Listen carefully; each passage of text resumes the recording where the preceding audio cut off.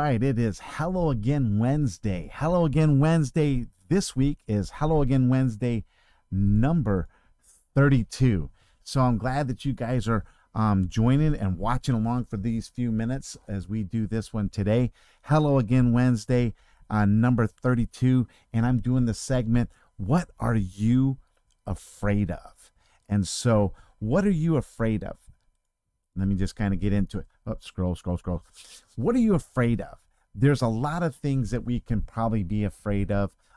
Some of them right off of the bat. In fact, in the when I asked you to describe some of the videos that we're doing, three things pop into my head the fastest. What are you afraid of? The dark. What are you afraid of?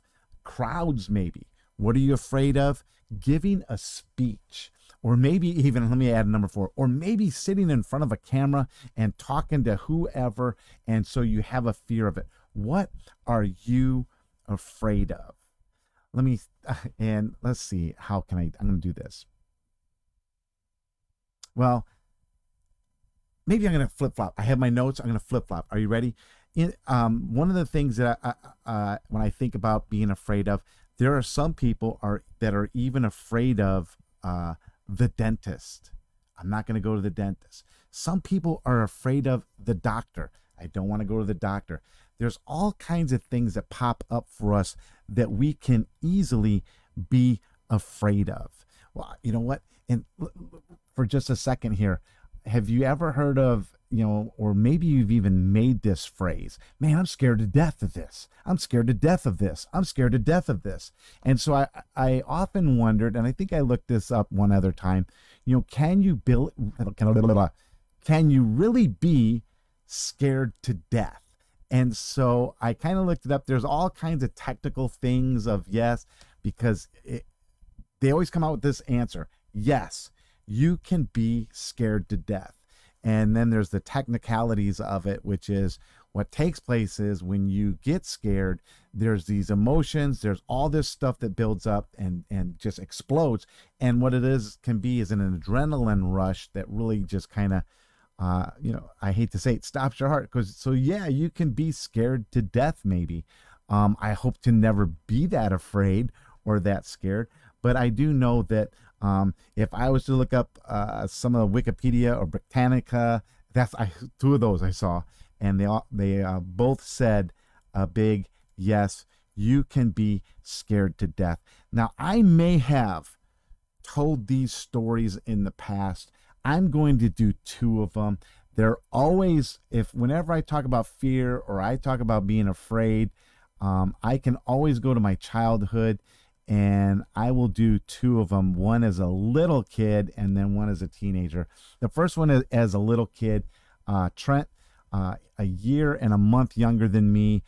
We were really young, and we lived over in Rockford, Illinois, and lived on Royal Avenue. We had this big house, and it had 3 stories. It had this basement where my dad would reach through the stairs and grab our ankles, real dangerous stuff, reach through and grab our ankles to scare us as we would be going down into what we would consider to be the creepy basement. And then there would be times where in that house that we would go, man, I guess I have a couple of stories, because we would go up the stairs. And upstairs were the bedrooms. My mom and dad's was at the far end of this thin hall. You went upstairs, there was a bathroom, there was a bedroom on the left and a bedroom on the right. The bedroom on the right was larger. It had 2 windows. In fact, Trent and I shared that bedroom for a long time. And in sharing it, we claimed sides and stuff like that. In that bedroom, it had a very long closet. See, now I'm thinking of fear and stuff. There's a lot of things we freaked ourselves out. Maybe that's what it is, freaking ourselves out more than being afraid. I don't know. But there were times where if the closet door was open, that was scary. I mean, because that closet went far back. You had no idea what monsters were lying in the back of that closet. Bear with me. These were the things that would go through the heads of young kids. And so we feared that. We also had our arguments in that room where we would divide the room. We would take masking tape and divide the mirror in half, divide the dresser in half, divide the room in half, divide the closet in half. We did all that. And there was 2 windows. One window was mine, one window was his. And so I can remember one time it was dark out. We had been told to go up to bed. And so he and I are up there goofing off and stuff. And all of a sudden, see, I don't know about, now I have these blinds where you twist it. I have blinds the shutters at home that are wooden and you flip them up. They're real easy. But in the house on Royal Avenue, we had that gray rolling shade that you would pull down. And I can remember one night we pulled both. I pulled my shade down. He pulled his shade down. We're goofing off on the beds and stuff. And it must have been a jarring of something that we had done. And both those shades went up to the top. And I'll tell you, all you see is this dark window. The shades are fluttering. He and we ran down those stairs jumping. There was I know I told this story in the past. We would jump 6 stairs down to this platform. Then you had to turn and jump another probably 8 stairs down to the bottom of the stairs and burst through. There was 2 doors. One went into the kitchen and one went into this dining area right there once you hit the bottom. And we would bust through those. That was one of the things that happened. But at that house, I can remember one time my parents were out or something like that. It was just he and I, and we were goofing off again, and just me and him. We were really young, and there was we had a huge front porch, and on the front porch was a screen door. And you know what? It's just like any other kid. If you don't close the door, the screen door won't close. And it must have been windy or something like that. And all of a sudden, that screen door started banging on the house. And so he and I, the opposite, we ran up the stairs. We ran all the way down that long hall. And for having fear of closets, we had no fear. Somebody, it seemed like, was coming in the house. So we ran to that closet of my mom and dad's. And my dad will remember this if he sees this. He had this old shotgun. And I can remember hiding in that closet, Trent and I holding on to that shotgun because it was broken. And we're holding on to that shotgun like if someone comes in, we're going to just show them the shotgun. And hopefully they'll have a greater fear than what we had. That was one of the things that took place on Royal Avenue in Rockford, Illinois, of a fear that we had. As a teenager, now I don't know about you guys, but one of the problems with being afraid is we kind of scare ourselves. We're dumb enough to watch the scariest movies. Some of them nowadays are just absolutely just gross. They think gross is scary. Well, gross is just gross. It's not really scary. But I can remember watching some scary ones. Halloween was a scary one. Michael Myers. Friday the 13th, the very first one, was scary, in my opinion. And I'll tell you this is how it went. We'd be watching these scary movies, and then you had to walk from the movie theater, which was near the bowling alley. We lived in Shape, Belgium, and a lot of my Shape friends are going to know exactly what I'm talking about, especially if they lived in the apartment complex that we lived in. You had a school complex, you had a shopping complex right next to it, you had a bowling alley, a movie theater right there, and you had some nice housing that went off to by the football field and ball diamonds and stuff. And then you had our apartment complex, which was right across the street from the school. So we would walk up this street from the movies, and I was by myself. It was late. I was probably doing other things other than just watching a movie. But as I'm walking up, and like I said, a lot of my Shape friends will remember this. There's a little hut. We called it the Scout Hut. Just a tiny little building. And it was in the woods, right next to the woods. And as I'm walking up to our apartment complex, I think we lived on the 3rd floor or something like that. I would begin to hear things in the woods. And so then I began to start scaring myself, freaking myself out that I heard all kinds of things in the woods. And to the point where, man, I was running, I was flying. you know, just to get those extra 2 blocks or one long block or whatever to get to the apartments and get upstairs. I had actually scared myself. And I can remember Friday the 13th because there was one of the freaky portions of that camp horror flick where, and I don't remember Friday the 13th's character, but Jason. And he pushed an arrow through this couple on the bunk beds in this one cabin. And so one of the first things I did, even though under my bed was packed with stuff, I still looked under my bed. That's how much I had scared myself. And so, you know, what are you afraid? Have you ever scared yourself? What are you afraid of? You know what? I'm going to do a couple of things and then I'm done here. You know what? And I'm not talking politics or anything like that, but when I talk about in my head with fear, FDR, Franklin Roosevelt, comes to mind with his opening, I believe, of a speech about fear. And so I know it was about other things and there's all kinds of arguments, but I'm not going to go there. But I do always remember this: there's nothing to fear but fear itself. In 1933, as they were getting, there was the Great Depression that was in effect, and he was comparing war and stuff with this Great Depression and that kind of a concept.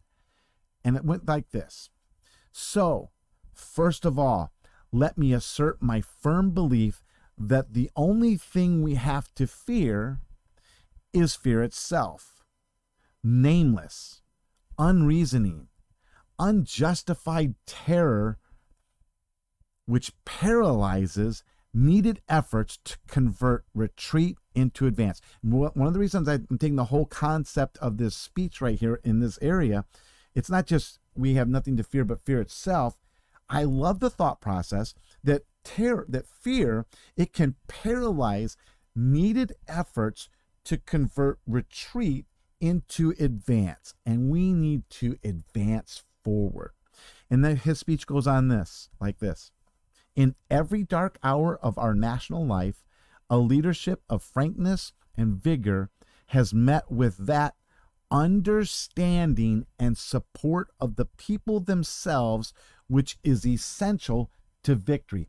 Walk away from the sides of politics and come together with one thought process that, you know what, when you decide that fear will no longer paralyze the things that we do in life, we can have victory.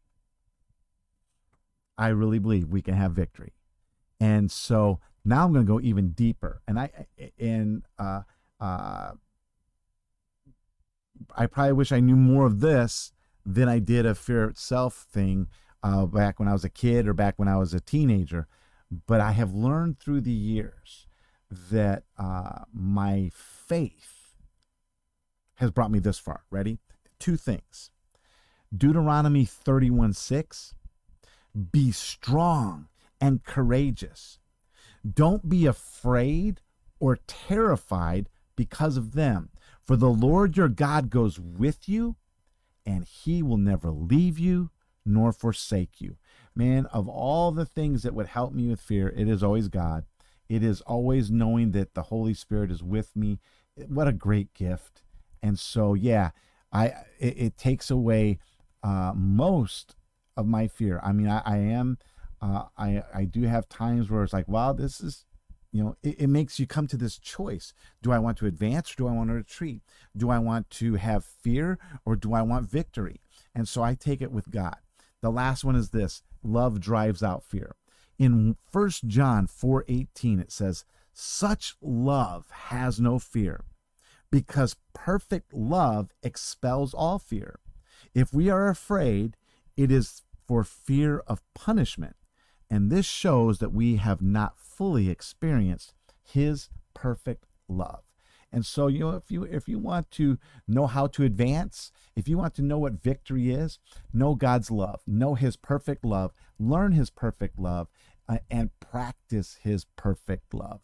And not only will fear be driven out, but you will be able to help others with their fear. So that's where I'm here at today. What are you afraid of?